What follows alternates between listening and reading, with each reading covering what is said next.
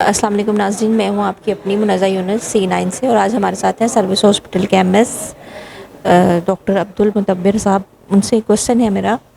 जी sir, Pakistani जो पढ़ा लिखा तबका है और जो ओवरसीज़ जो पाकिस्तान से बाहर से आते हैं, वो गवर्नमेंट हॉस्पिटल की तरफ क्यों नहीं मूव करते? यहाँ आके जो है, यहाँ क्या फैसिलिटीज़ मौजूद नहीं है या प्राइवेट रूम मौजूद नहीं है? आप क्या कहेंगे इस बारे में? Thank you so much. आपने एक कंसर्न रेज़ किया है कि जो हमारी एलीट क्लास है या जो हमारे वेल एजुकेटेड लोग हैं वो गवर्नमेंट हॉस्पिटल में क्यों नहीं आते फॉर ट्रीटमेंट। अच्छा, मैं इससे थोड़ा-सा डिसएग्री करूँगा, बिकॉज़ जो मेरी अंडरस्टैंडिंग है और जो मेरा अपना पर्सनल एक्सपीरियंस है, हम day to day patient receive करते हैं यहाँ पे। मोस्ट ऑफ द पेशेंट्स जो हमारे पास यहाँ पे आते हैं regarding the elite class and educated, वो सर्विसेज हॉस्पिटल को प्रेफ़र करते हैं और बाकी हॉस्पिटल्स को भी प्रेफ़र करते हैं।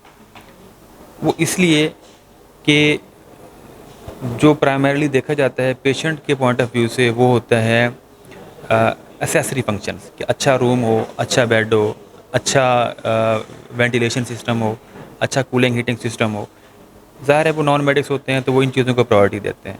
लेकिन वो इन चीज़ों को थोड़ा साइड पे कर देते हैं जब उनको यहाँ पे at at one place under one roof उनको मल्टी डिसिप्लिनरी फैसिलिटीज़ अवेलेबल होती हैं। मैं ऐड करना चाहूँगा, मतलब वी हैव 23 और 26 different specialities under one roof. किसी भी प्राइवेट हॉस्पिटल में एक्सेप्ट फॉर फ्यू हॉस्पिटल्स आपको इतनी ज़्यादा फैसिलिटीज़ अंडर वन रूफ नहीं मिलती। ये स्पेशलिटीज़ हैं and we have 43 different wards. Surgery one speciality है, उसके वार्ड्स हमारे पास 4 हैं। तो 43 वार्ड्स हैं हमारे पास। तो मैं मतलब इवन कुछ मैं कोट भी करना चाहूँगा, हमारे मोअज़्ज़िज़ जज साहिबान हैं, हमारी ब्यूरोक्रेसी है, हमारे जितने भी ऑफिसर्स हैं, वो प्रेफर करते हैं सर्विसेज में आना just because of quality of treatment. हमारे पास जिस लेवल के प्रोफेसर्स हैं, फॉरेन क्वालिफाइड भी हैं, लोकल क्वालिफाइड भी हैं, तो वो उनसे कंसल्टेशन के लिए वो इस हॉस्पिटल को प्रेफर करते हैं, ना कि इसलिए कि ये यहाँ पे जो अदर फैसिलिटीज़ हैं वो किस तरह से हैं, किस तरह से नहीं है।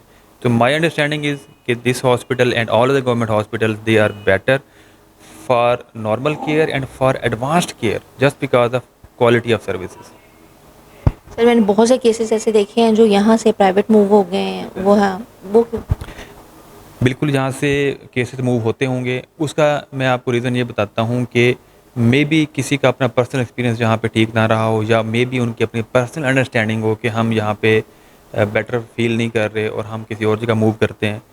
तो हम कभी भी किसी पेशेंट को खुद रेफ़र नहीं करते कि आप इस हॉस्पिटल से कहीं और चले जाएँ। इसके वाइस वर्सा भी मैं कोट कर देता हूँ, many patients even even well educated and well qualified, they move from private setup to government setup. एक तो सस्ता पड़ता है, ऑलमोस्ट फ्री है। दूसरा ये कि यहाँ पे जो कोर फैसिलिटीज़ अवेलेबल हैं वो कहीं और किसी भी एक नॉर्मल या एवरेज लेवल के हॉस्पिटल में अवेलेबल नहीं होता। एमआरआई के हमारे चार्जेस बहुत लेस है, इवन वो रिजर्व को फ्री भी हो जाता है। आप बाहर से कराते हो 10,000 का होता है। लेकिन सर, उसमें कहते हैं टाइम जो है वो बहुत ज़्यादा दिया जाता है। उसमें देखें, ऐसा है कि चूँकि ये गवर्नमेंट हॉस्पिटल है, अब चूँकि थोड़ी महंगाई बढ़ी है तो अब काफ़ी सारे लोग जो हैं उन्होंने गवर्नमेंट हॉस्पिटल आना शुरू कर दिया है कि प्राइवेट के अंदर अफोर्डेबिलिटी का बहुत बड़ा चैलेंज आ रहा है। तो जब एकदम से फ्लक्स बढ़ जाता है तो ज़ाहिर है लोगों का यहाँ पे आना भी बढ़ जाता है। और इस चीज़ को तो मैं पॉजिटिव समझता हूँ कि अगर हमारे पास लोग ज़्यादा आ रहे हैं, इसका मतलब है पब्लिक का हम पे ट्रस्ट है एंड पब्लिक जो है यहाँ से ट्रीटमेंट के लिए अब प्रेफर कर रही है अपने आप को कि हम यहाँ से ट्रीट हो जाएं। बाकी अभी माशाल्लाह हमारी revamping it is almost complete. उसके बाद एक ह्यूज स्पेस हमारी ओपन होगी and the things will become more better.